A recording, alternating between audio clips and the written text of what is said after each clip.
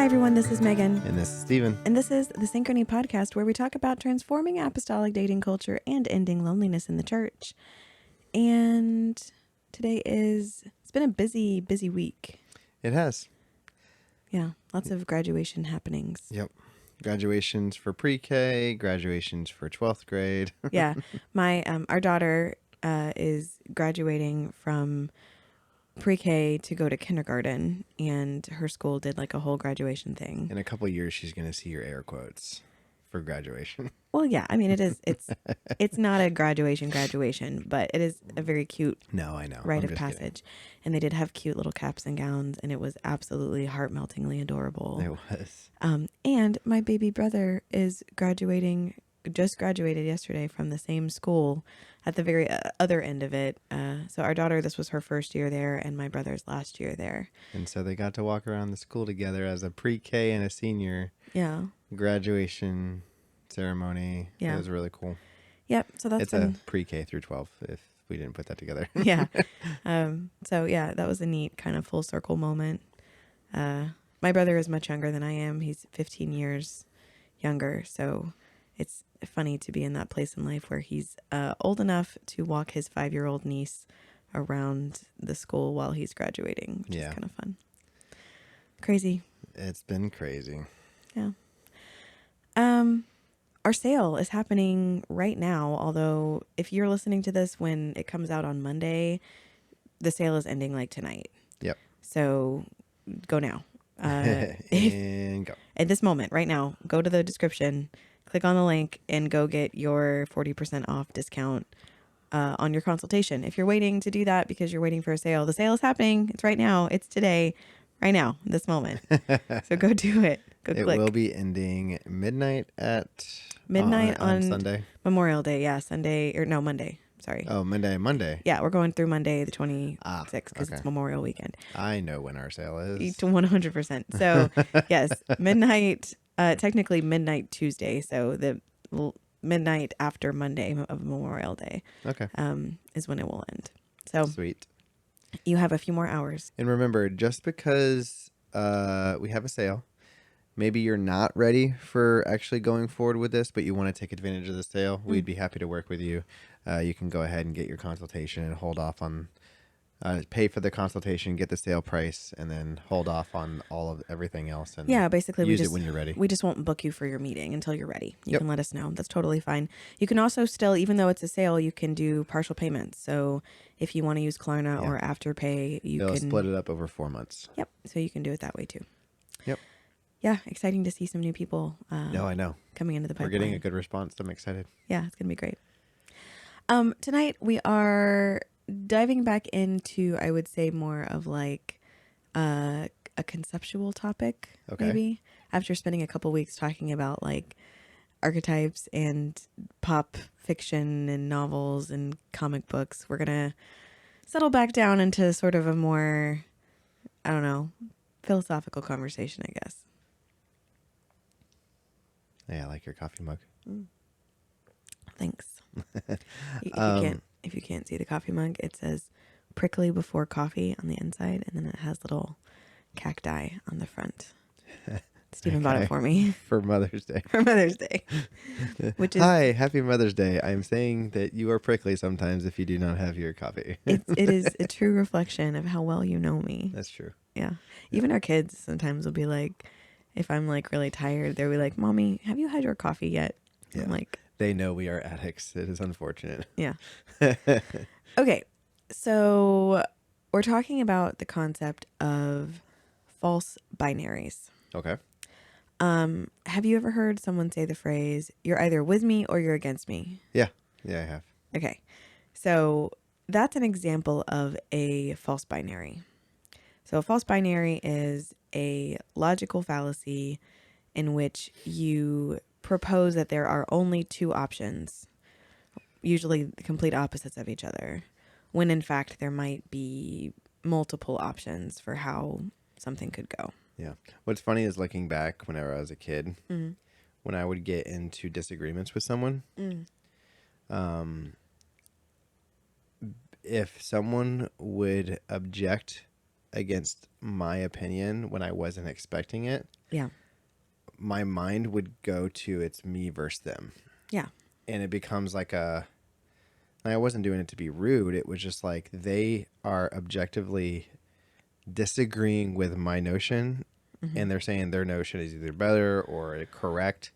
And for some reason, during that split second of like heatedness, there was no gray area. Yeah. And this is something And it that would get me in a pickle. yeah.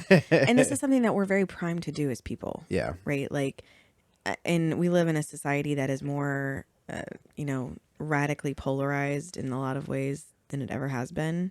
Yeah. What are you smiling for? Whales in captivity or not. There's no gray areas. Not everyone gets that joke because not everyone has heard us rant about it. Well, only the OGs will get it. The OGs. Okay. If you are an OG listener of the Synchrony podcast, you know what that was about. Yeah. So like, it's very human for us to try to sort of form camps, right? In an argument. But this is also a tactic that very, very skilled speakers or skilled, lawyers or just people who argue for a living, right? Yeah. Politicians, salespeople, will use to convince you of something. Usually it's to convince you of a threat that doesn't actually exist, right? So like you can either buy this really expensive vacuum or you can have a dirty house, right? Yeah, exactly. Right? You can either pay for this really expensive additional insurance policy or you can go bankrupt when you have an accident, right? Yeah. So it's something that will make it seem like, the consequence of not making a certain choice is very, very dire, right? When in fact, there's a lot of different ways that could play out. Oh, sure. You don't have to buy the expensive vacuum to get your house clean, but you might have to employ different strategies than the ones you're using. So using false binaries, they call it a logical fallacy because logical fallacies are things that people often insert into arguments that are not in fact valid argumentative points, right? Yeah. So to say it must either be this way or this way, right, is to create an argument that has a loophole in it. And if you are listening for those, and you should pay attention to these when you're reading the news, when you're listening to talking heads or any kind of commentators, even us, right? If we say you can either do it this way or you can do it this way, it's going to either be this or it's going to be this. That should be a red flag of like, well, maybe there's like more nuance there. Yeah. Whatever. I feel like this is coming up more and more often in politics, unfortunately. Mm-hmm. Like it's no longer like a benefit of the doubt. It's us versus them. Right. And I hate that. Yeah. But also, I feel like that also happens in like the green movement or anti-green movements. Yeah. I know that's a random like left curveball. Right. You can But either it's like, drive an electric vehicle or you can melt the ice caps and kill baby penguins. Exactly. Save all of the penguins or you are a terrible person. And I feel like that's just the polarizing nature of media today, unfortunately. It's one of those things. You can vote red or you hate babies, right? Like Sorry, people. I'm not. That is what, like, there are people saying that kind of stuff, though. I know. And there are people believing it. I know, you just caught me off guard. I know. Yeah. So this is something that people use all the time to bully their way into a mindset, right? Or to bully people into believing something. We're not necessarily going to spend too much time talking about that. That's where you're going to see a lot of this fallacy show up. We're going to talk about it in relation to dating. Ooh. Surprise. Yes, a dating podcast where we talk about dating. So this shows up surprisingly often in synchrony work. Yeah. And it's not other people bullying people into, trying to use this to bully people into thinking something is or isn't true. It's usually something that our clients are doing to themselves. Yeah. So to give you an example, and I'm going to throw out some suggestions or ideas that are coming from many different conversations. These aren't meant to be reflective of like specific clients or people, right? So I've had people say, I cannot be with someone who lives somewhere else because I cannot move. Yep. Right. And I'll start to dig into why with them over the consultation call. And it'll be like, well, I can't move because I am so close to my family and I don't want to lose my family by moving away. Right. And we start to dig into that. Well, what do you mean by lose your family? What do you mean, whatever. And what it gets down to sometimes is some flavor of, I believe that I can either stay where I am and maintain my family relationships as they are, or I could move. And if I do, I will change them forever and never be able to have them back. Right? Yeah. And that's an idea that, I mean, it could be true for some people, right? Sure. Right.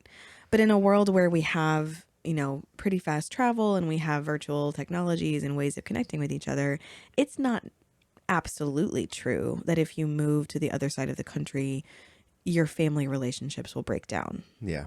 Right. It just gives your family an excuse to travel. Right.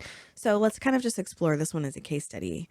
So if we have two people who neither of them feels like they want to move, right? Because they both have deep roots where they are, what would it look like if they did decide to build a relationship and move forward with it in this hypothetical scenario, right? Number one, when we're exploring this with them, it's a question of, would you be open to meeting someone? Yeah, it's not like you are guaranteed going to find someone who is going to force you to move. It's like, is the possibility open to consider it? Right. And it often ends up really narrowing the focus of, or narrowing the dating pool of who Yeah. people are available to, which can help people stay longer in our matchmaking pool. Yeah. So a lot of, I mean, the punchline for this episode is that getting too focused on these false binaries limits your options. Yeah. Right.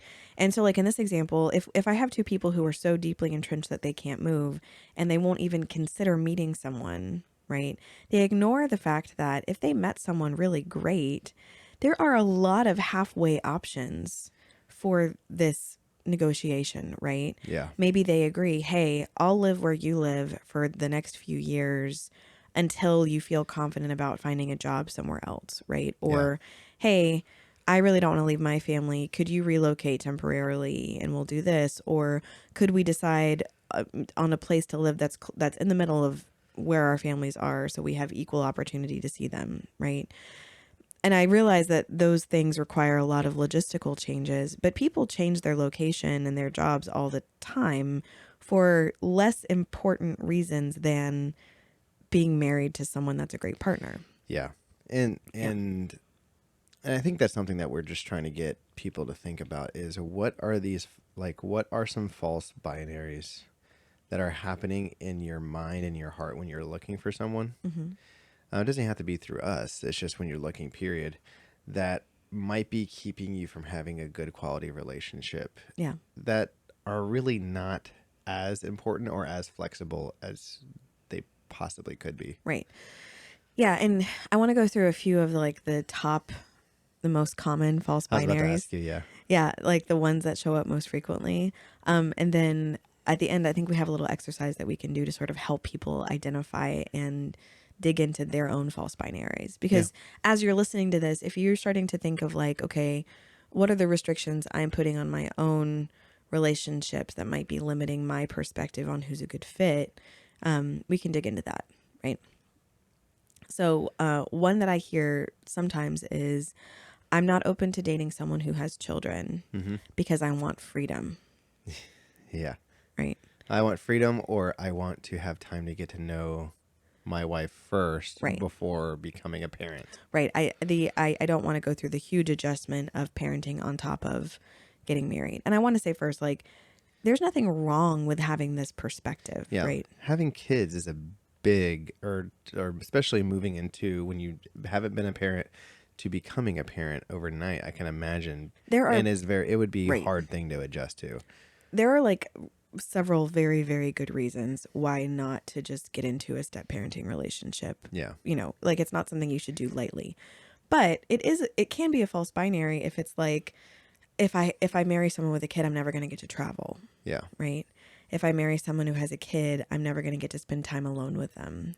I'm never going to have them to myself. We're not going to get to go on a honeymoon. Like, none of those things have to be logistically true. Yeah. You know? And to me, that feels like a scapegoat. Well, maybe. I mean, I think it could be a fear, right? And I don't want to make it sound like those things don't get more challenging when you have kids. It depends on how old the kids are. It depends on the needs of the kids, right? If you are marrying let's just hypothetically say, a parent of a special needs child who doesn't have anyone available who could do things like do overnight babysitting. Sure. Yeah, I mean, like, that gets complicated, right? But Or it's expensive. Right.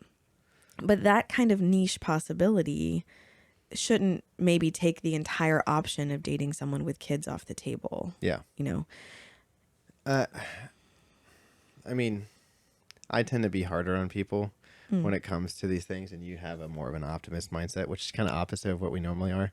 I tend to give people more grace because Yeah. I think that I don't always know the underlying fears that are informing their preferences. I know. Because a lot of times preferences are about fear. Oh, sure. Yeah. Well, and I mean, the thing is I think you need to take your preferences, and this is me not trying to say that people are choosing to settle or not settle, or to tell someone that they're getting too old and need to like a compromise on their values. Right. I'm not saying that, but I am saying that the older you get in trying to find a partner, the likelihood of you finding someone in these very narrow parameters that hasn't lived life is going to be harder. Yeah. And that if you are okay, this is going to be harsh, but if you're okay with having that very narrow criteria for finding someone and being single a little bit longer, then that's okay. But just opening up and challenging your false binaries and saying, hey, there might be some things that I have made concrete in my mind that I might be able to loosen up on, and then evaluate your surroundings. Well, and I mean, I want to be honest, like, it's relatively rare for women in my pipeline to hang on to those false binaries at the expense of meeting someone. Like, it's more common that women will be like, yeah, I mean, I'll meet them. It's not a great fit for my preferences, but maybe like I want to see what the opportunity is. And I was trying to be nice and not make it one side or the other, but it is mainly our men that we are seeing that are keeping these concrete. Yeah, and I think, I can't throw all men under the bus, but there are a higher percentage of men. Yeah, so I don't want to get caught up in that either, but I also don't want to create our own false binary to say, if you keep these restrictive ideas, you will not find someone, right? I mean, sure, we're talking about the blanket of the single apostolic faith, so of course not. Right. So it's important to understand why you have these things, though, because like I think the idea is preferences like this don't necessarily reflect your values, right? Another one that we hear with some frequency is, I cannot be with someone I'm not immediately attracted to. Mm-hmm. Right? It's the idea that if I see someone and I'm not immediately attracted to them, I will not be able to connect with them, right? Yeah. Like, I have to be attracted to someone or I can't fall in love. I mean, you weren't immediately attracted to me at all. I was not. It took years. You were a dork. I was a dork. Yep. No, it's true. And I got to see how awesome my personality is. And by awesome, I mean very ADHD and all over the place. Yeah, like, I'm going to throw you under the bus. No, go for it. I wasn't attracted to how you looked or your personality at first. Yeah, like, no, I get it. Looking back, I wasn't attracted to my own personality. I was like, oh, how did people deal with me? It was endearing. Like a dog that won't stop licking you. Yeah, I'm like a really unfortunate golden retriever that you just kick and it just keeps on coming back. No. I'm not saying you kicked me. I'm saying everybody kicked me. No. I didn't get the message. Oh, this is turning into a therapy session for Steven. Oh, no, I'm fine. Yeah, you adjusted well. I still love everyone. Oh, man. Yeah, so... I clearly didn't get the message. Right. If first impressions defined relationships, we would not be here. Oh, sure. Yeah. So I think there's this idea that like I have to see them and be immediately attracted to what they look like, or it definitely cannot work. Yeah. And it was funny because I was talking, I was talking to my younger cousin who was here for graduation. He's in his early 20s. He doesn't attend an apostolic church right now, so he's not as immersed in our dating culture as other people his age are.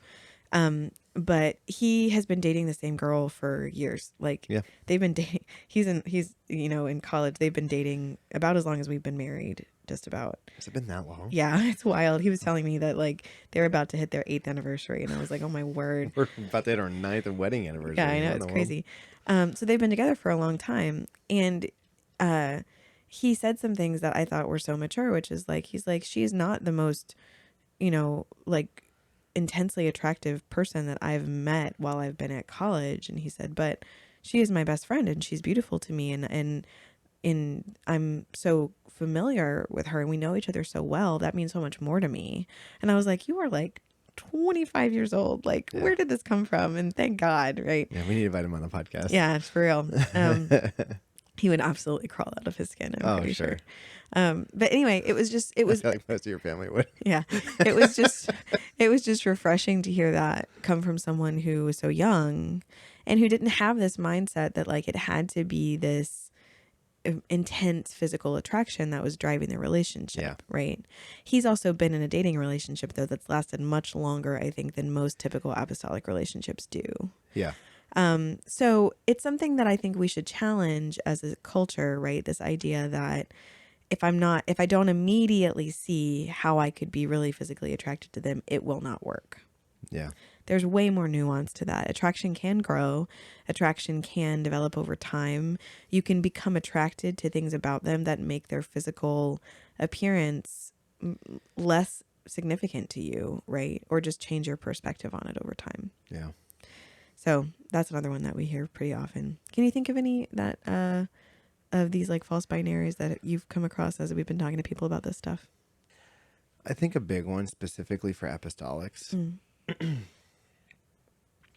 is that they have to be in the same ministry. Yeah. That's a good one. I was going to talk about that. Or that their ministry is going to stay the same forever, right? Like their personal ministry. And so I have to find someone in music or else we won't have anything in common because music is my world and I have to have someone in music or they have to be able to sing. And I'm like now knowing we've been married for almost 9 years, in the 9 years that we've known each other, our interests have changed so many different times. Right. Also helps that we both have ADHD. But like we have, our goals have shifted, our ambitions have been adapted a little bit. And like, it's just, it's a constant flow. And I think I think we've spent so much time trying to build this character of who we're going to marry that if we don't hit that one mark, we're not going to be happy. And that's so not true. No. And it's one of those things where it's like we limit God, I think, in his ability to take two people with different talents and utilize them in a really effective way. Yeah. Like if I had been so caught up on music and how big of a part of my life it was. You would have never thought of me. No. Because like we were in different worlds there. I can't hold a pitch in a bucket. No, yet. There's always hope. Lily really hopes that I can sing. I'm like, oh, darling. Yeah. It's fine. But it's one of those things where it's like who I was in my early 20s when I was spending probably, half my time immersed in some form of musical involvement, right? Like, and all of my church ministry up to that point was music. Oh, sure. And a lot of music, like not like singing in choir. Like I was singing I was praise team 3 different services every Sunday for like 6 years. 2 different languages. Yeah. It's too much, honestly, looking back at it. But like that was what I really dug into. Did y'all know that I'm married to a doorkeeper? Stop. Anyway. The famous doorkeepers. I don't think that we were ever famous.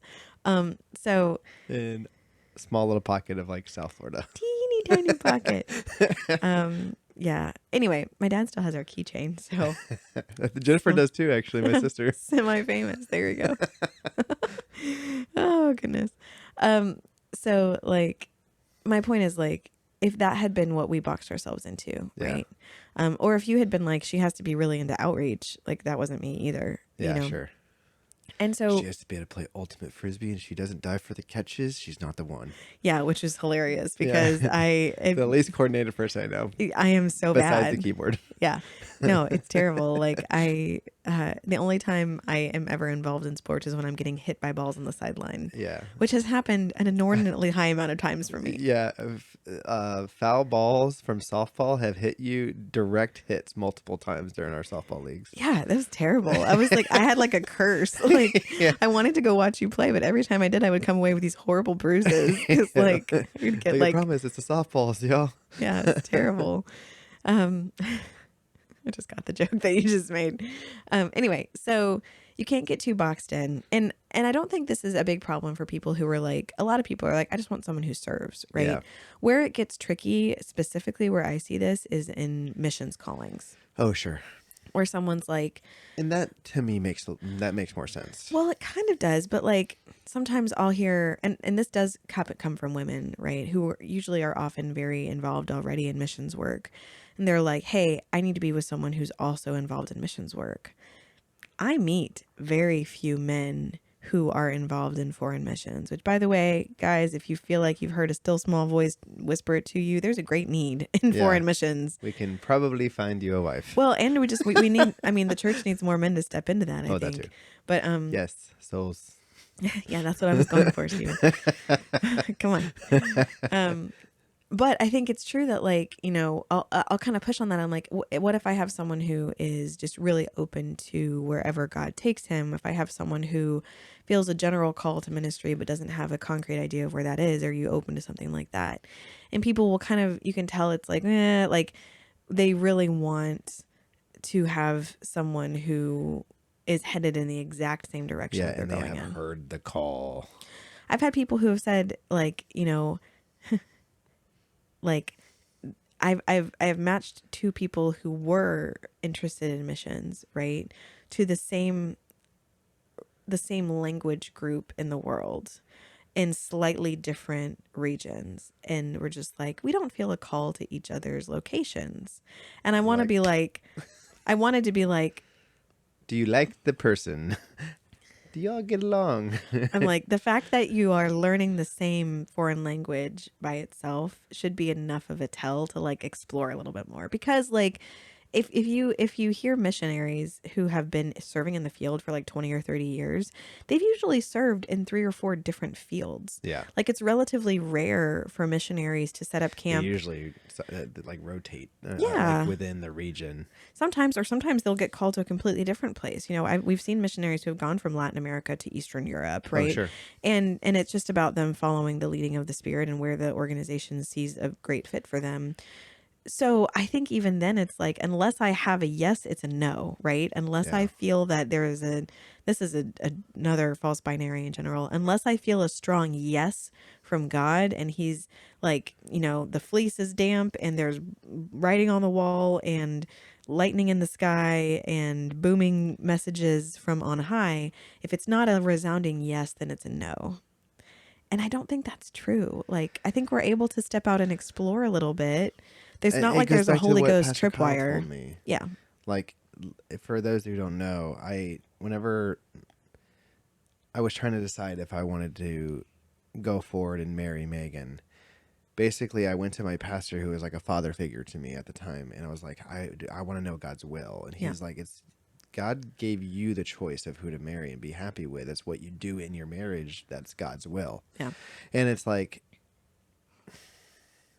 hearing that and then comparing that to these false binaries that we're talking about, it makes me cringe, because I'm like, how many people are losing out on really beautiful connections because of, I need to see concrete writing on the wall, and when really God's like, what you do in your marriage is what constitutes you listening to my voice. Yeah. You know, it's like, ugh. So I'm sad for people, is my frustration. It's not, I'm not mad. I don't think people are stupid or making wrong decisions. I just think that they're sometimes boxing themselves in.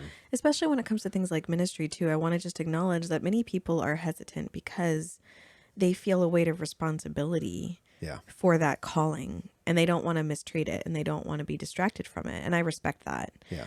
But I do think that, like, you know, God throughout scripture did a really great job of bringing unexpected people into the work of the ministry, right? Like, you know, it's funny when you see, like, you know, Rahab, the harlot in Jericho, who becomes not only a key informant, but eventually a predecessor of Jesus. She's part of the, Yeah. you know, this heritage, right? You see the Lord taking unexpected players and making them like the main character, Yeah. right? He can take a partner who isn't perfect in terms of their exact ministerial goals on paper. I mean, look at Moses. Sure. And I don't want you to hear like, oh, I could go be with someone who has no ministerial calling or goals at all and it would be a good fit. No, like No. they still have to value being led of the Holy Ghost and desiring to serve the kingdom and having a heart for kingdom work. Like they have to value the same things. Yeah, and have the heart of a servant. But they might be doing very different things. Yeah. And that could be okay. And God can mix those things beautifully. Like we box ourselves in, you know, like to like specific flavor combinations, right? Like it's sweet or it's salty, it's one or the other. And you miss out on like the dark chocolate sea salt, right? And the pancakes with peanut butter and oh syrup. my God, we're going and to talk cheese. about this. Pushing pause on all the dating stuff for a minute. This is a conflict that we're going to bring. You just ministered to my soul. I want you to know that. Okay. This is a conflict we're bringing all of you in on. So Stephen, since we have been married, has been trying to convince me of the validity of a breakfast combination that I find. Which goes back over 100 years in my family, just saying. That doesn't matter. It's still gross. No, it's not. Okay. You're just closed-minded. Okay. So I'm going to explain what this combination is, and you can get into the comments and tell us if you would eat this. All right. I have tried it. It is not, I will say, it's not the worst thing I've ever put in my mouth. I think you dig your heels in just for the sake of the argument. No, I don't enjoy it. It's fine, but I would not pick it. That's not how I would choose to eat my breakfast. So here's what it is. Can I explain it? Because you're not going to give the right ingredients. I am going to give the right ingredient. I'm going to try, and then you can tell me where I got it wrong. Okay. Okay, let's see if I know well enough.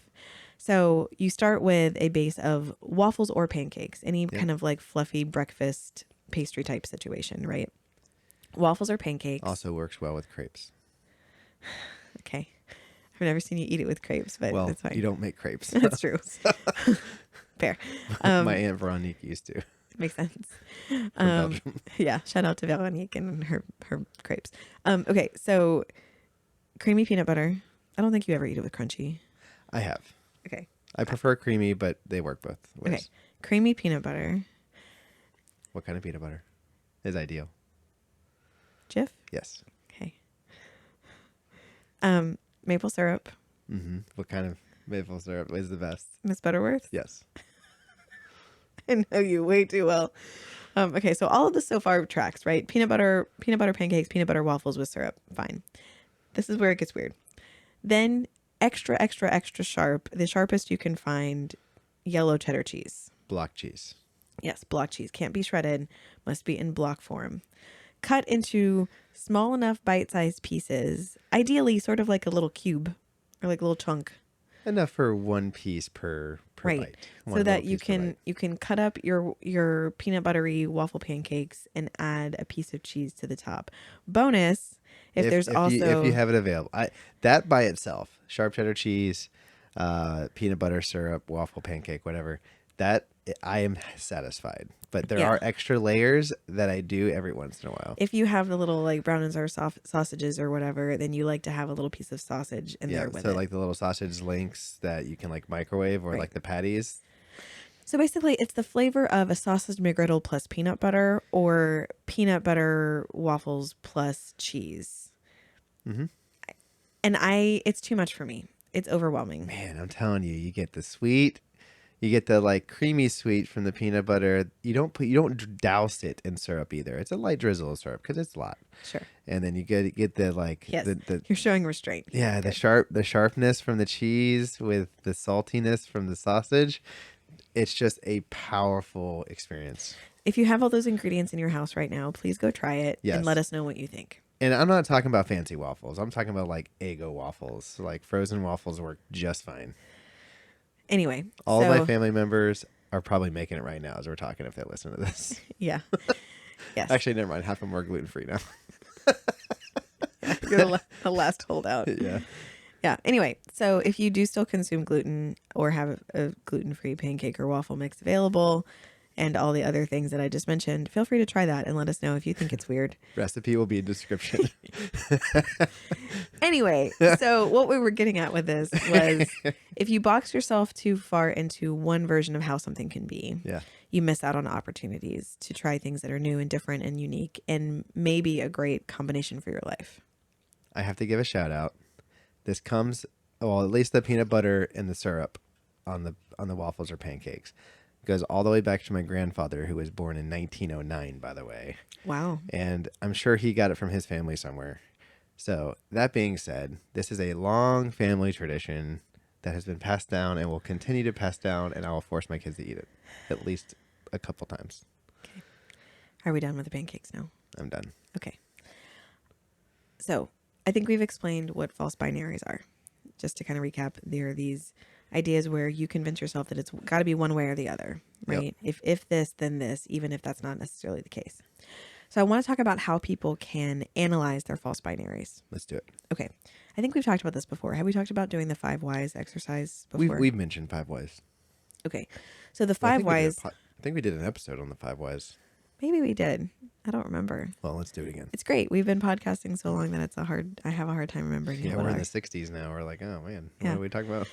Yeah, it's all gathering dust. Okay, so the 5 whys is a concept. It's a troubleshooting concept that came, I want to say, from one of the big Japanese motor companies like Toyota or I think you said Toyota. Yeah, Mitsubishi. I don't remember. So it's basically it's a way to do root cause analysis. You encounter a problem, right, or a breakage, and you have to try to figure out what went wrong. You can't just start at the most obvious conclusion. You need to dig into the root cause, right? Because sometimes the problem you're seeing is a symptom of a much deeper cause, right? So the classic example is like someone says, my car won't start. Yeah. Okay. The problem is my car won't start. Okay. And if you just stopped there, you would know nothing about how to actually fix the problem and make sure it doesn't happen again. So you go, okay, well, why won't your car start? Well, the battery's not working. Okay. Why is the battery not working? Well, the battery didn't charge. Can we do an example that you actually know what to talk about? Yeah. So, sorry, I saw you struggling. I was like, no, because hold on, wait a minute, because there's something wrong with the alternator. Right? Yeah, there you go. And then why is something wrong with the alternator? Because I didn't get my car serviced when my engine light came on. Why didn't you get your car serviced when my engine light came on? Because I didn't schedule the check-in with my mechanic. Like that's the root cause. I know things. Forgive me. I know things sometimes. So basically, but I also wanted to do a more realistic example to our listeners too. Sure. I'm trying to think of an example that really... Oh. Okay. So I made a statement earlier in this podcast that, like, making the joke about you having to be able to catch an ultimate frisbee or diving for it or something like that. And I said jokingly that you are uncoordinated. Yes, I'm uncoordinated. Okay, so I want to go with the statement that you are uncoordinated and can't catch a ball or frisbee. Sure. Why? Because I have not done it very often, and I haven't had practice. Why? Because I did not do any kind of sporting activity when I was younger, and I still don't. Why? Because I was a bookish kid who spent most of my time reading and doing quiet activities. Why? Partially because I had a bunch of surgeries as a kid and could not be involved in sports because it was surgeries on my foot, so I couldn't like run around on it. And also because I was an only child with very, very busy parents who had a lot going on while I was young. Yeah. Okay, so that was a relatively realistic example as to how to break down a statement and then ask why all the way back to the root cause. Which is really powerful because the example you just made me go through gets at this idea of like, why am I the way that I am? And sometimes we box ourselves into like, I am not a sporty person. Yeah. I am not a coordinated person. I was not gifted with the genes of hand-eye coordination. When no, you just had a ton of surgeries in a developmental time of your life where you probably would have been developing those hand-eye coordination skills. That you were, because Yeah, you were that I playing was. baseball. I was playing little league baseball for those years that you were Sure. not. But I have another one for you that you commonly make statements about that frustrate me. Man, this is just like couples therapy on the podcast today. Oh no, it's just one, they're real examples, and Uh-huh. two, it helps get the point across and how people can do this with a best friend or Sure. a family member. Put me in the hot seat, babe. That's right. Okay, another statement you make all the time, even though I believe it is not true because you're incredibly smart, is you're bad at math. Yes. Why? Because I struggled in math classes as a kid. Compared to all your other classes, which you were getting like straight A's in. Yes, I got B's and C's and maybe 1D in math. Why do you think that you're bad at math? Like, why did I get the C's and D's? Yeah. Why? Because I had difficulty understanding the lessons in math, and I didn't enjoy doing the practice exercises. Why? Because I have ADHD, and because the learning style wasn't great for me. I didn't enjoy the way it was being taught. Okay. I know the reason why you're not going to it. Why? Did I not like the way it was being taught? Yeah. Because my teachers would use shame as a way to motivate kids to perform. And I was in a class full of highly gifted children who We're gifted in math. Yeah, so I was in gifted education, which meant that even though I was an accelerated reader, I wasn't accelerated in math. But my classmates, some of them were very much so. And my teachers would use competition between students as a way to teach concepts. And if you failed the competition, you were shamed.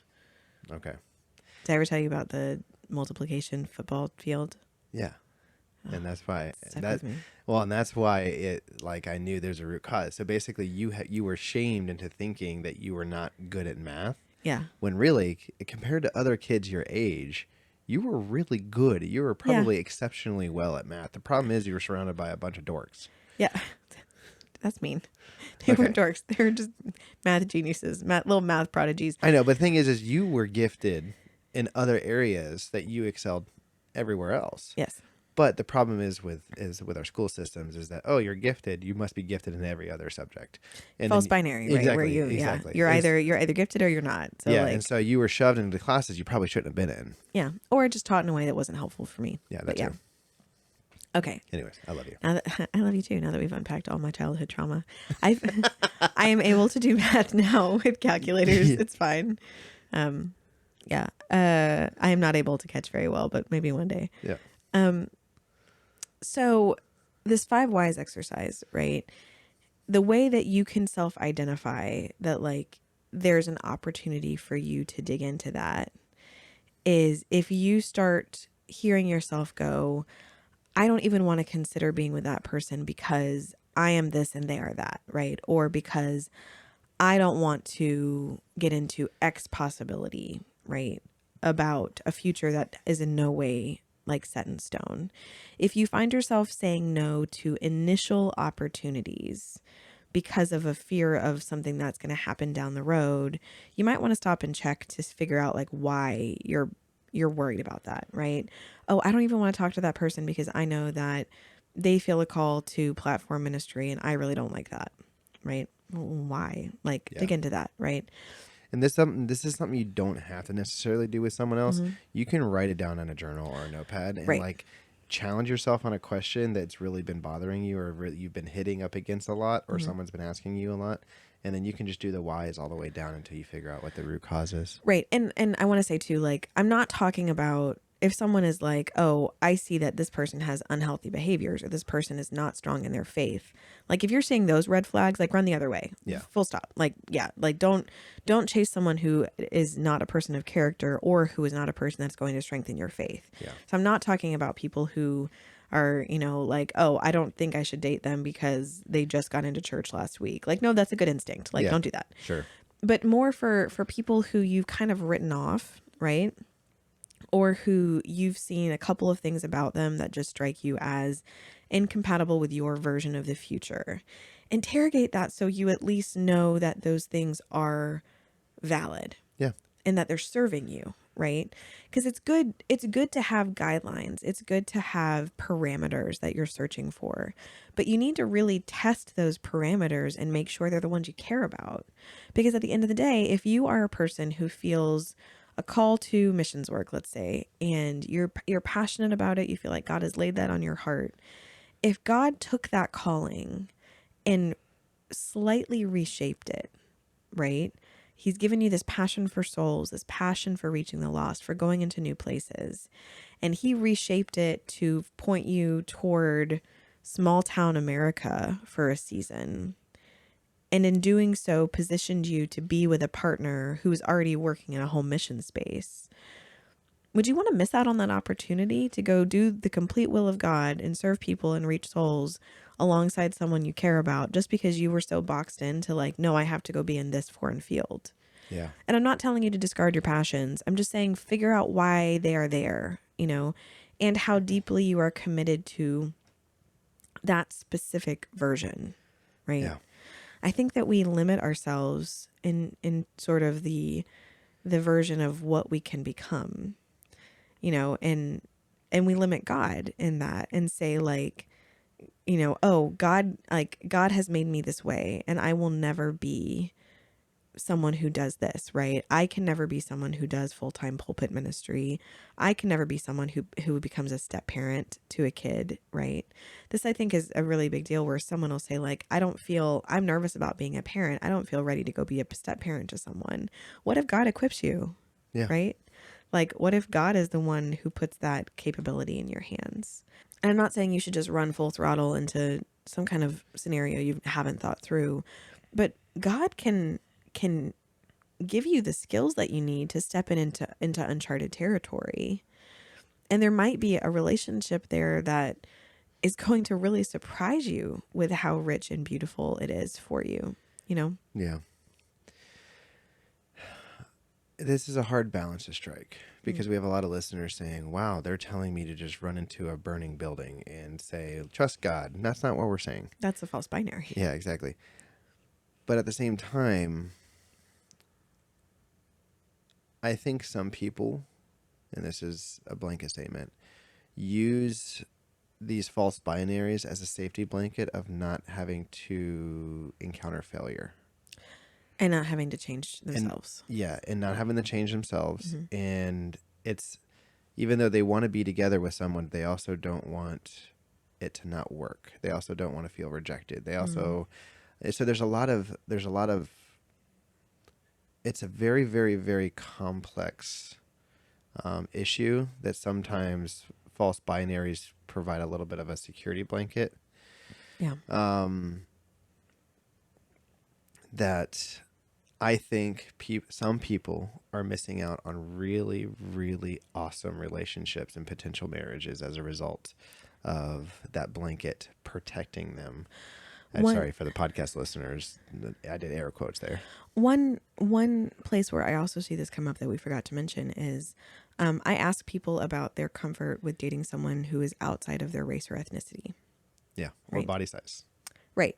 But I'm going to stick with race and ethnicity for a minute because what I often hear people say is I prefer someone of my own ethnic group because I don't want to go through the challenge of dating across different cultures, right? I think we might come from different cultures. Honestly, this often happens when we talk about, relationships between someone who is Black and someone who is Caucasian, right? And I want to acknowledge that there's a complex set of contingencies there just because of the society that we live in. Sure. And our history of dealing with interracial relationships. Like, it's not easy to be an interracial couple in the U.S. But the argument that, like, I don't want to encounter a different culture and have to grapple with the challenges of that. Like, let's go through the root cause analysis. Well, why? Yeah. well, I don't want someone who makes me feel a certain way about who I am or who challenges some things that I do. Well, why? Because I'm comfortable with who I am and I'm comfortable with the people that I'm around. And I don't want to make my family uncomfortable. Well, why? Well, because my family has, outdated ideas about what a relationship can be. And those ideas aren't Christian and those ideas are anti-biblical, but they're still there. And I don't want to have to stand up for someone I love at the expense of those family relationships. Yeah. And if you go down that rabbit hole, what you end up getting to is I don't mean to make anybody feel bad here, but like, I don't have the courage to go into a relationship that could cause me that much conflict internally or in my family. And it's okay to not want to have that as part of it. But I also want people to challenge themselves and go like, what kind of person would I be on the other side of that? Right? Yeah. If I were to build a beautiful relationship with someone from a completely different culture, a completely different part of the world, or just a different race in a racially complex America, right? What kind of person would that make you? What would it cultivate in you? And would those things be valuable to you? Yeah. And I'm not saying everyone has to do that. You and I ended up marrying within our own race. So Sure. like, we're not here to judge. But I just wish more people would interrogate the why behind that discomfort, because I think it would make people realize that we are often prioritizing a type of false safety. Like, you're going to end up with some sort of family tension and conflict when you get married, regardless of who you marry. It doesn't matter what race that is. No, yeah. Anyway, that's a tangent, but I think it's a valuable. And the thing is this might not apply to 85% of our listeners, but if it applies to the 15%, go ahead and challenge that and play out those whys. Mm-hmm. And it might open up doors for you to find, again, a really beautiful, amazing relationship on the other side of it. And we're not saying, another thing to challenge this idea, we're not saying to swing the pendulum in the opposite direction and start looking just for people who run counter to your original preferences. Yeah, right? Sure. It's not about going, oh, I've been doing it wrong, let me pivot in the complete opposite direction. Yeah. We're not saying throw out all your values. We're saying it's okay to hold up some of the things that you have been living as concrete things in your life and hold it up to the light and say, let me see how this looks. Yeah. And challenge it. And if you do the whys and it comes out solid, great. Yeah. And that's fine. But I just want to make sure that I feel like we encounter a lot of people who they live with these false binaries without actually asking themselves why. Yeah. And then you come along and ask them why. And they're like, I don't know. I never thought about it. And I'm not trying to make fun of anyone, but that's happened a lot. Yeah. And I mean, that's part of what we do is we just put up a mirror to people's ideas, right? Yeah. And go like, okay, well, let's dig into what those mean. Yeah. Another one that we hear often, this is a little bit lighter, is like, I'm an introvert, so I need to marry someone who's an extrovert. Oh, right? Yeah, the opposites attract thing. Right. And it's this idea that like, I can't be with someone who's like me too much or we won't work, right? I need someone who is my complete opposite or who at least has a different kind of personality.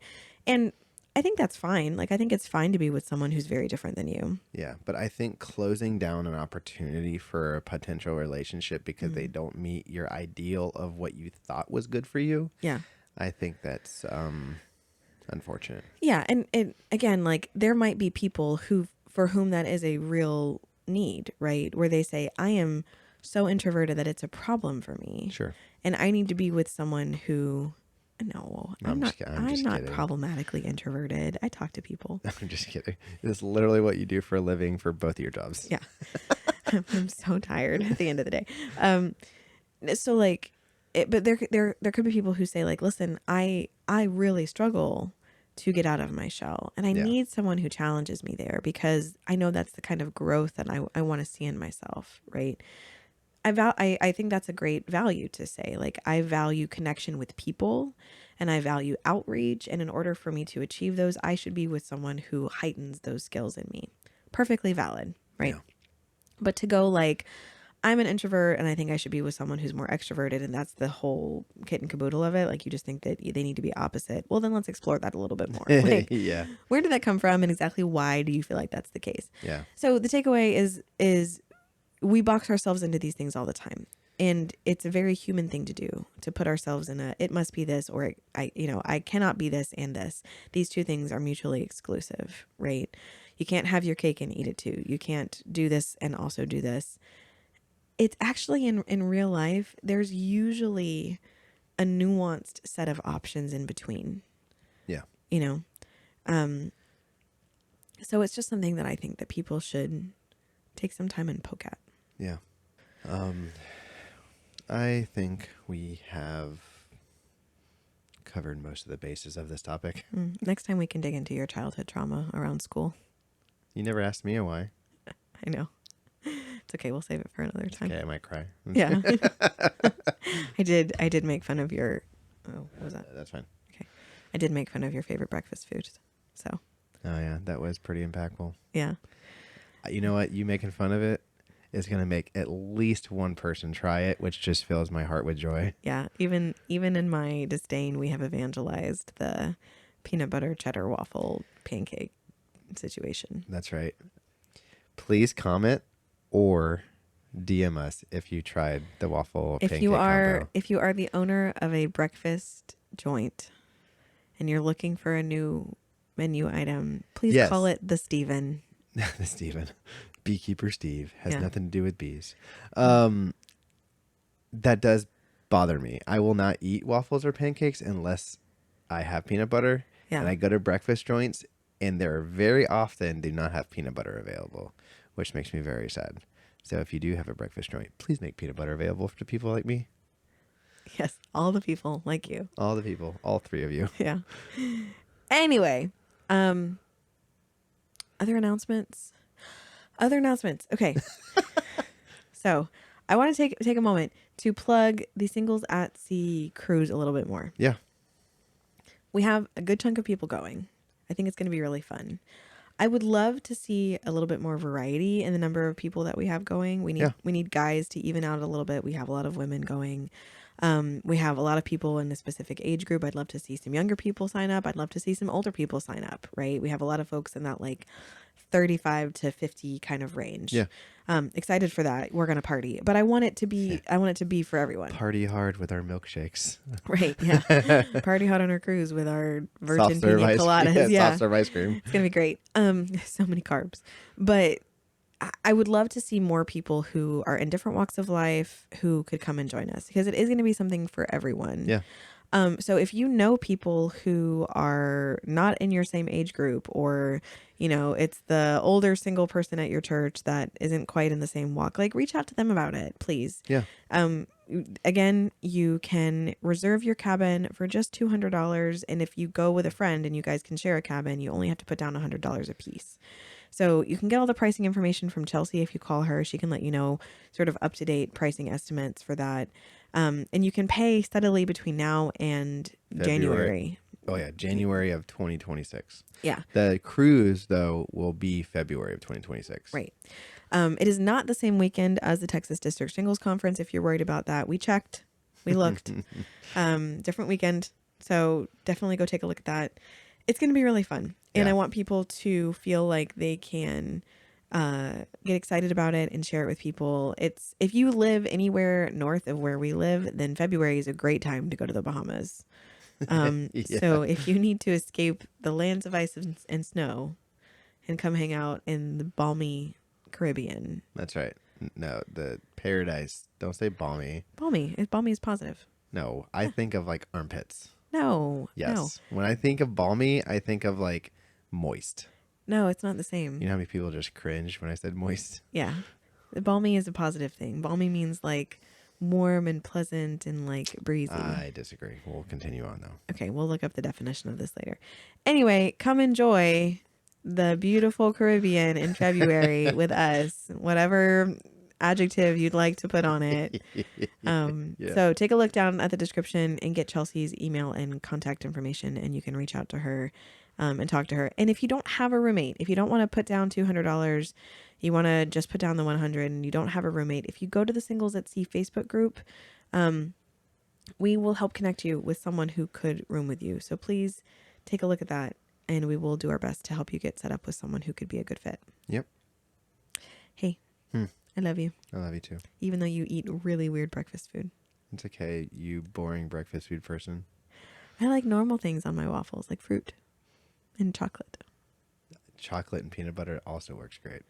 Yeah, I can get behind that combo. It's the cheese that really just puts it off for me. Cheese also is fantastic with chocolate and peanut butter. Okay. I rest my case.